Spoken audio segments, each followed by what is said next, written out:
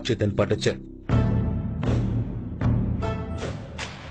மலை உச்சியில வித்தியாசமா தென்பட்டது ஒரு கருடன்.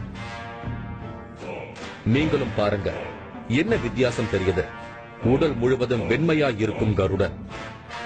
அது மட்டும் இல்லாம இன்னும் ஒரு அதிசயம் இருக்கு. நல்லா பாருங்க.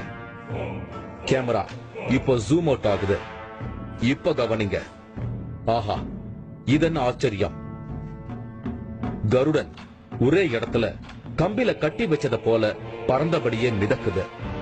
இதுதான் மிகப்பெரிய தேவ ரகசியம். நம்மோட மூன்றாவது கண் நிகழ்ச்சிக்கு கிடைச்ச வரம். சித்தர்கள் பத்தி ஆய்வுகள்ல ஈடுபட்டு வரும் சிலர் கிட்ட இந்த அதிசய காட்சியை பத்தி விவரிச்சதும் தான் நமக்கு பிரமிப்பு அதிகமாச்சு.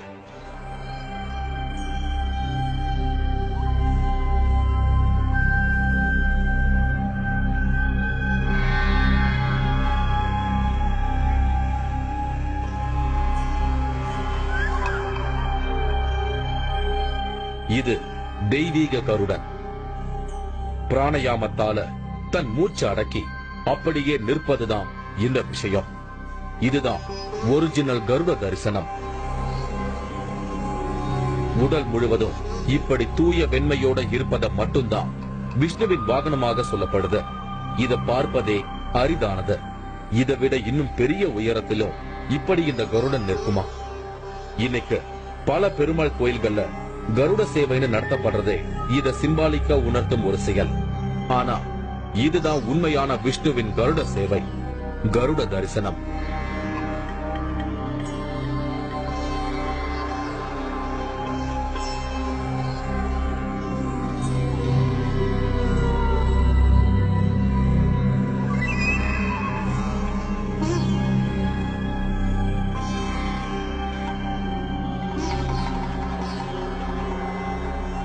உயரமான மலைகள்லையும் பெரிய நீர்பரப்பு கொண்ட கடலிலும் மட்டுமே இது போன்ற காட்சி சாத்தியம்.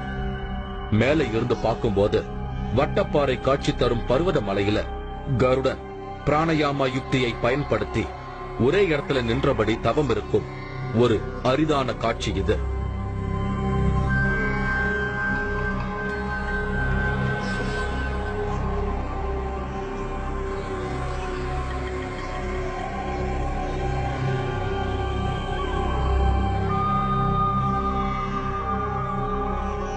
இதுவரை இப்படி ஒரு காட்சி எங்கேயும் பதிவு செய்யப்படவில்லை அப்படின்னே பலரும் நமக்கு தகவல் கொடுத்தாங்க. நம்மோட மூன்றாவது கண் நிகழ்ச்சிக்கு சித்தர்கள் ஆசியோட இப்படி ஒரு டிவைன் கருடன் பிராணயாமம் செய்யும் காட்சி கிடைச்சிருக்கு. சித்தர்கள் தவம் இருப்பதை பார்க்க வந்த நமக்கு ஒரு கருடன் தவம் இருக்கும் காட்சியே உயிரோட்டத்தோட கிடைச்சிருக்கு. இத பார்க்கும் நீங்க எல்லாருமே கூட அதிர்ஷ்டசாலிகள் தான். உங்களுக்கும் ஒரு பெரிய ஆசீர்வாதம் கிடைச்சிருக்கு. ஏமாற்றத்தோட மலை இறங்கி வந்த நமக்கு இந்த கருட தரிசனம் ரொம்பவே நிறைவாகி இருந்தது. இனி டிவைன் கருடன் அப்படிங்கிற பேர்ல நாம பதிவு செஞ்ச இந்த வீடியோ சோசியல் மீடியாவுல வெவ்வேறு பேர்கள்ல வலம் வரும். அடுத்து நாம வேற ஒரு சுவாரஸ்யமான தகவலோட மீண்டும் நாளை சந்திப்போம்.